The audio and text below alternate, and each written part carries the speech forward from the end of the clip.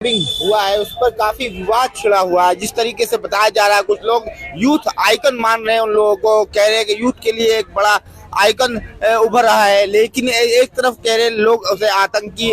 और देखना यह है कि कांग्रेस लीडर क्या कह रहे हैं। आइए इनसे बातचीत करते हैं। जिस तरीके से संसद पे हुआ जो हमला है, उससे जो है पूरे सांसद जो है खौफ हिरास में जी रहे हैं। ऐसा लग रहा है कि बिल्कुल सिक्योरिटी पर, एक तरह से सिक्योरिटी पर बहुत बड़ा जो है सवाल उठने शुरू हो गए। क्या कहना चाहेंगे आप एक कांग्रेस से आप वाबस्ता है, कांग्रेस लीडर है, क्या आपकी क्या राय है, बताइए।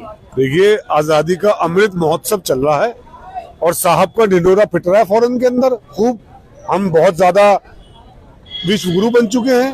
देखिए, नया संसद जो है, कहीं ना कहीं नए संसद का उद्घाटन भी ऐसे ही हुआ जैसे माननीय अटल बिहारी वाजपेयी के जमाने में इस पर अटैक हुआ था।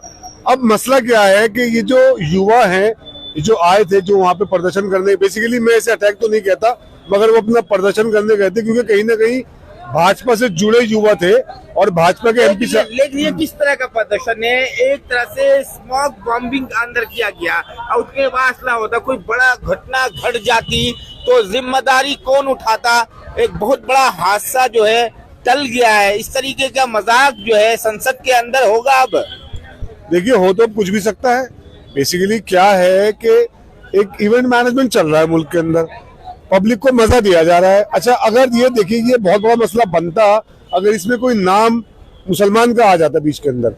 हुआ क्या, दरअसल वो सारे भाई हमारे हिंदू भाई निकले और वो युवा नाराज थे सरकार से, बेरोजगारी के मुद्दे पे, मणिपुर के मुद्दे पे वो बहुत नाराज थे और उन्होंने भगत सिंह का रास्ता चुना।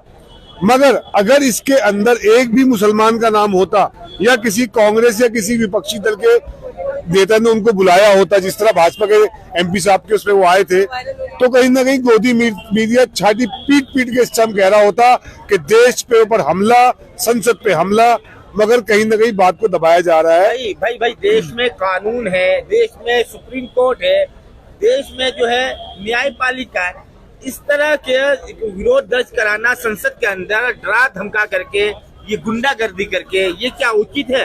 देखिए, आप इसे डराना धमकाना कह रहे हैं, मगर आप अगर पृष्ठभूमि देखें इसकी, जो लड़का अंदर पकड़ा गया जिसे माननीय सांसदों ने मिलकर मारा है, वो लड़का पहले नौकरी करता था और अब ई रिक्शा चलाता था। ऐसा मुझे ज्ञात हुआ डिफरेंट मीडिया चैनल के माध्यम से, जबकि उसके परिवार का इंटरव्यू दिखाया गया तो लड़का भी ई रिक्शा चला रहा था। देखिए, जो युवा बेरोजगार है और जिसका मोह भंग हो चुका है भाजपा के झूठी बातों से, वो 2 करोड़ रोजगार, 15 लाख अकाउंट में आना, उस सबसे लोग त्रस्त हो चुके हैं। कहीं ना कहीं जनता का मोह भंग हो गया है, जनता इनसे नाराज है, इनसे सिर्फ ईवीएम खुश है, ईवीएम ही नहीं जिताया जा रहा। वरना कौन सा तरीका है कि संसद में जाके बवाल मचाना, ये कौन सा तरीका था? देखिए, जब उनकी बात नहीं सुनी जाएगी, कोई तो तरीका अपनाएंगे युवा। देश के युवा है, वो कोई गुंडे नहीं है, ना वो टेररिस्ट है, वो एक बेरोजगार युवा है। जब उनको 2 करोड़ रोजगार नहीं मिल रहा, आप उस पे जाइए कि जड़ क्या है मुद्दे की।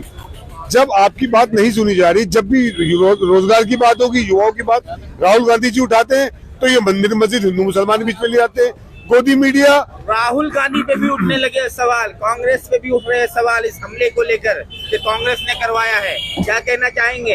अरे साहब, गोदी मीडिया तो कुछ भी कर सकता है। ये तो आपका नाम भी दे सकता है, कल को मेरा नाम भी दे सकते हैं। इनके पास तो कुछ बचे। राहुल गांधी तो वहाँ सीना तान के खड़े हुए थे, वो तो देख रहे थे, भागे नहीं, वहाँ खड़े होकर देख रहे थे क्या हो रहा है, चीजों को कंट्रोल करने की कोशिश कर रहे थे। अच्छा, कांग्रेस अब या तो इसी पर सवाल उठ रहे हैं, राहुल गांधी सीना ताने खड़े थे, इसी पर सवाल उठ रहे हैं कि राहुल गांधी को पता था कि इनके पास कुछ नहीं है, जब भी वो सीना ताने खड़े थे। देखिए, राहुल गांधी सीना ताने इसलिए खड़े थे कि उन्हें देश की नब्ज पता है, उन्हें पता है युवा नाराज है, उन्हें पता है कि हम फर्जी विश्व गुरु बन रहे हैं, सदी का सबसे मजबूत प्रधानमंत्री, सबसे मजबूत सरकार, ऐसा गोदी मीडिया कहता है। तो भैया, ये सुरक्षा में चूक कैसे हुई? इतना बड़ा पार्लियामेंट इन्होंने बना दिया। कहीं ना कहीं अब इनकी ये जो इवेंट मैनेजमेंट हुआ है, इसकी जांच होनी चाहिए। भाजपा के नेता ने उनको क्यों बुलाया था वहां पे, और वाकई वो युवा क्यों नाराज था? अब ये कहना कि कांग्रेस से कराया, तो क्या भाजपा सरकार इतनी कमजोर है कि कांग्रेस ऐसा करा सकती है?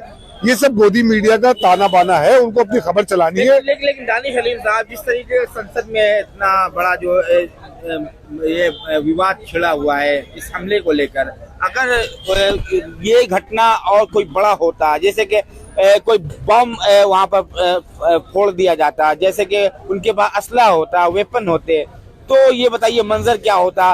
इस तरह की देश का संसद जब सुरक्षित नहीं है तो इसमें एक सवाल पैदा होता है कि देश सुरक्षित कैसे हो सकता है। क्या कहना चाहेंगे? देखिए, इस देश में अदानी सुरक्षित है, अंबानी सुरक्षित है, बाकी सब परेशान है, असुरक्षित है। कहीं ना कहीं लोगों के सामने प्रॉब्लम्स आ रही हैं, युवा बेरोजगार है। यहाँ अडानी कहाँ से आ गए? अरे भाई, देश में सुरक्षित सबसे ज्यादा अडानी तो है, बाकी पूरा देश असुरक्षित है।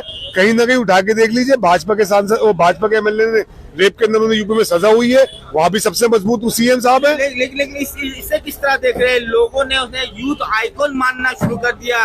वो हमला और जो लोग थे जिन्होंने हमला किया है, स्मोक बॉम्बिंग करी है। देखिए, उन बच्चों की काउंसलिंग होनी चाहिए। देखिए, वो टेररिस्ट नहीं है, वो इस देश के परेशान युवा हैं। इस तरह का आतंकी हमले को आप टेररिस्ट नहीं कह रहे, कैसी बातें कर रहे हैं? देखिए, आतंकी हमला जब होता है जब उनका वेपन होते हैं, और आप जानते हैं कि संसद के अंदर एक पेन भी लेके नहीं जा सकते आप। पत्रकार महोदय, आप लोग कैसे पहुंच गए फिर? देखिए, इनको भाजपा के सांसद ने बाकायदा इनवाइट किया, इनके ऊपर उनका नाम है, उसके पास के ऊपर ये गए हैं और लेजिटिमेट एंट्री है। सुरक्षा ने पूरी उन्होंने पता करने के बाद, वरना संसद में तो कुछ भी नहीं सकता। जब पत्रकार अपना पेन लेके नहीं जा सकते अंदर, तो एक आम आदमी कैसे घुस सकता है? तो कहीं ना कहीं ये युवा भाजपा के युवा थे, जो भाजपा को समर्पित थे। अब भाजपा से उनका मोह भंग हो गया है, मोदी जी के झूठे वादों से परेशान हो गए हैं। वे जब रोजगार मांगते हैं, हिंदू मुस्लिम और हिंदू मुस्लिम।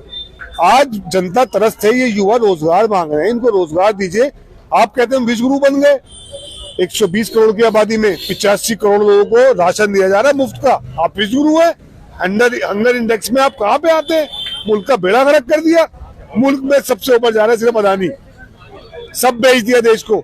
ये युवाओं का आक्रोश है, ये जन आक्रोश में बदलेगा, लोग सड़कों पे आएंगे। देखिए, इनसे आवाम नाराज है, इनसे ईवीएम खुश है, बस इसलिए जीतते आ रहे हैं। उनने जिन्होंने हमला किया है संसद के अंदर, स्मोक बॉम्बिंग, उन लोगों पर अब देशद्रोह का मुकदमा चलेगा। किस तरह देख रहे हैं आप? लोगों ने उन्हें यूथ आइकॉन मानना शुरू कर दिया एक तरीके से।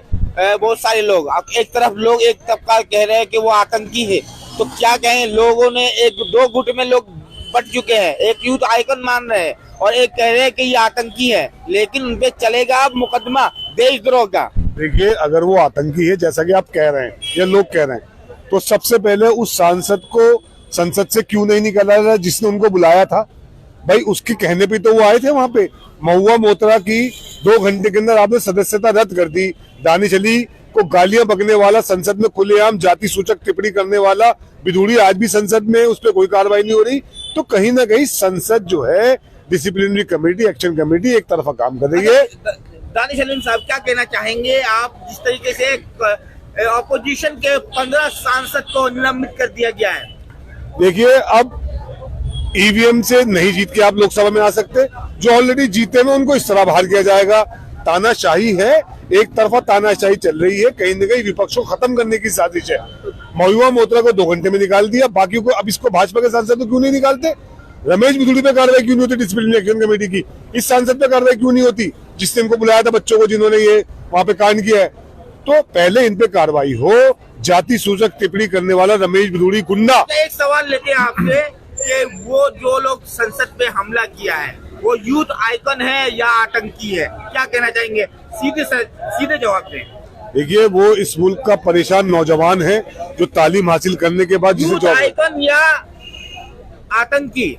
नहीं, देखिए, इसका फैसला तो सरकार कोर्ट करेगी ना कि वो आतंकी है क्या है। जब आप पे आती है बात तो कोर्ट का रास्ता, आप लोग कोर्ट के तरफ इशारा करते हैं। जब संसद के अंदर वो लोग घुस करके डरा धमका कर स्मोक बॉम्बिंग कर रहे हैं, उस वक्त कोर्ट याद नहीं आया, कानून नहीं आया। कानून के धज्जियां उड़ाते हुए ये लोग संसद में एक मजाक बना कर रख दिया गया है। देखिए, उन्होंने गुमराह नौजवान ने जो परेशान था, गुमराह हो गया था भाजपा की बातों से, आज वो जन आक्रोश में तब्दील हो चुका है। तो उन्होंने ये कदम उठाया, इसकी सजा उन्हें कोर्ट देगा। उनकी काउंसलिंग होए, उन्हें पता किया जाए कि वो इस रास्ते पे क्यों चुना उन्होंने, और उसके बाद कोई फैसला हुआ कि ये आइकॉन है तो ये भाजपा के ही लोग, तो इनकी कहीं ना कहीं मनोस्थिति सही नहीं थी। भाई आप ये कैसे कह सकते हैं कि ये भाजपा के ही लोग हैं? आप कई दफा आप कह चुके हैं, ये कैसे कह सकते हैं? अरे भाई, संसद में कोई आम आदमी नहीं जा सकता, कोई ना कोई सांसद मनोनीत ठीक है, ये करता है। सुरक्षा होनी चाहिए। भाजपा के सांसद ने उन्हें मनोनीत किया, जिसके मनोनीत होने पे वहां पे आए, तो पहले उस जब भाजपा के सांसद की सदस्यता रद्द होनी चाहिए, उस पर कानूनी कार्रवाई होनी चाहिए कि उसने ऐसे लोगों की बैकग्राउंड वेरिफिकेशन किए बिना अंदर क्यों भेजा उनको। बहुत शुक्रिया दानिश सलीम। आप देख रहे हैं हमारे सामने यहाँ पर ये दानिश सलीम यहाँ पर मौजूद है और ये कांग्रेसी लीडर हैं यहाँ पर, जाकिर नगर ब्लॉक अध्यक्ष, और यहाँ उनसे संसद को लेके जो ये बवाल मचा यहाँ पर और संसद में ये जो ये कलरफुल ये बम छोड़े गए, इसके ऊपर ये बातचीत हुई, इनके सफाई दी गई। इसी के साथ मैं अहमद, ज़ियान न्यूज़ एक्सप्रेस, दिल्ली।